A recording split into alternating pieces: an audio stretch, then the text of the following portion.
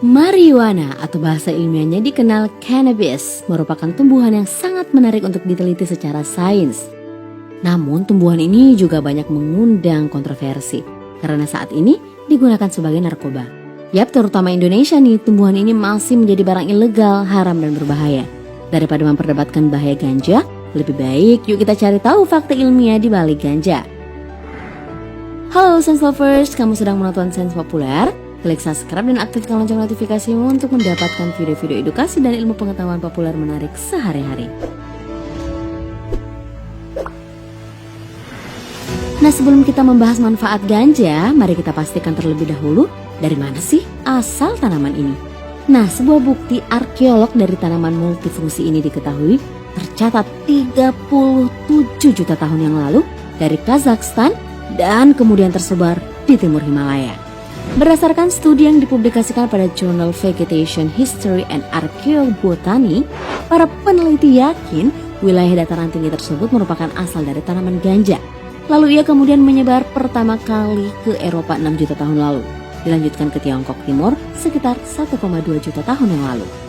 Di masa lalu, manusia mulai menggunakan tanaman ini dalam 8.000 tahun terakhir. Awalnya hanya memakan bijinya nih sebagai sumber makanan, kemudian menggunakan batang tanaman ini untuk membuat produk berkualitas tinggi. Produk yang dihasilkan tinggi akan serat dan tahan lama, diantaranya pakaian, tas, kertas, dan tali. Setidaknya selama ribuan tahun, banyak produk yang terbuat dari ganja telah bertahan sampai hari ini, mulai dari Spanyol sampai ke Taiwan, sebelum akhirnya digunakan di Amerika dan orang Eropa untuk obat psikoaktif.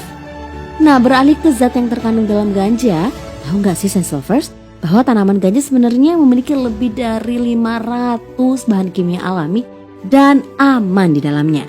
Zat kimia ini menyebar ke seluruh aliran darah melalui tubuh dan otakmu ketika kamu menggunakan ganja.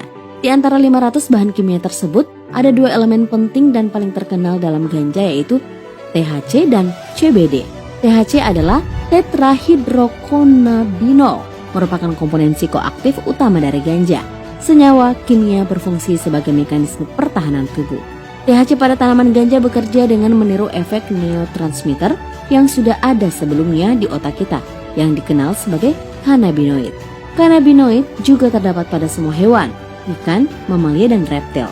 Senyawa kimia dalam THC dapat mempengaruhi kumpulan saraf amigdala, menyebabkan imajinasi dan persepsi pikiran menjadi lebih menyenangkan dan menarik, tetapi juga memiliki potensi yang menyebabkan kecemasan pada orang yang tidak terbiasa dengannya.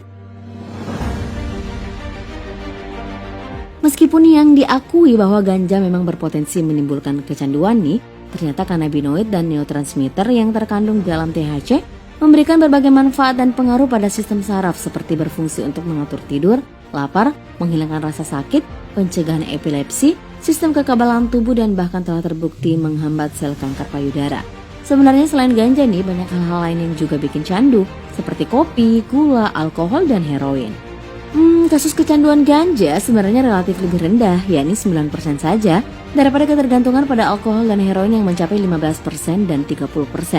Sebelum perbandingan sekitar 13% dari pengguna kopi telah mengembangkan ketergantungan, bahkan mereka bisa lemas dan tidak dapat bekerja jika belum minum kopi. Bahkan hingga saat ini, tidak pernah ada kasus seseorang yang overdosis pada marijuana. Sebuah penelitian pun juga pernah dilakukan untuk mengetahui batas konsumsi THC. Pada peneliti bereksperimen pada tikus dengan memberikannya suntikan sebanyak 40.000 kali, dan hasilnya menyebutkan kalau tikus tersebut hanya tertidur 3 hari dan bangun dengan keadaan sehat. Sebenarnya, efek ganja bukan hanya sekedar obat penenang, tetapi juga dikenal membantu meningkatkan nafsu makan dan mengurangi muntah pada penderita AIDS atau HIV dan orang yang mengalami kemoterapi. Zat antiinflamasi yang terkandung di dalamnya dapat juga membantu penderita insomnia, stres, rasa sakit kronis yang tinggi, epilepsi, dan bahkan yang mengalami sindrom Tourette. THC memiliki setidaknya 85 cannabinoid yang berbeda, dengan masing-masing memiliki kemampuan untuk mempengaruhi orang secara berbeda. Nah, selanjutnya adalah elemen penting yang terkandung di dalam ganja yang dikenal CBD atau cannabidiol, yang mengandung konsentrasi lebih tinggi daripada THC. CBD telah terbukti sangat efektif dalam mengendalikan kejang dan telah menyelamatkan jiwa dari banyak orang. Contohnya adalah Charles Figi yang berusia 6 tahun yang orang tuanya diberitahu bahwa ia akan mati karena penderitaannya yang terus-menerus akibat kejang Grand Mal. Sebagai upaya terakhir baginya, orang tuanya memperoleh ganja medis yang dirancang untuk membantu kejang setelah puluhan obat yang berbeda gagal membantu mengendalikan lebih dari 300 kejangnya seminggu. Hasilnya tentu saja mengejutkan bahwa ganja medis telah memberikan kehidupan baru bagi Charlotte.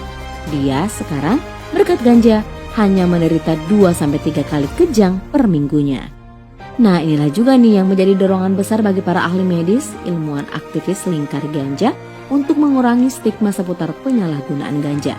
Ganja memiliki potensi digunakan untuk keperluan medis, mensintesis obat yang dapat membantu mengatasi dan mengobati, dan mencegah penyakit kronis, serta menyelamatkan beberapa nyawa. Nah, itulah tadi fakta ilmiah di balik ganja. Terima kasih telah menonton. Berikan tanggapanmu di kolom komentar dan jangan lupa like dan share video ini ke teman-temanmu. Sampai jumpa di video selanjutnya, Science Lovers.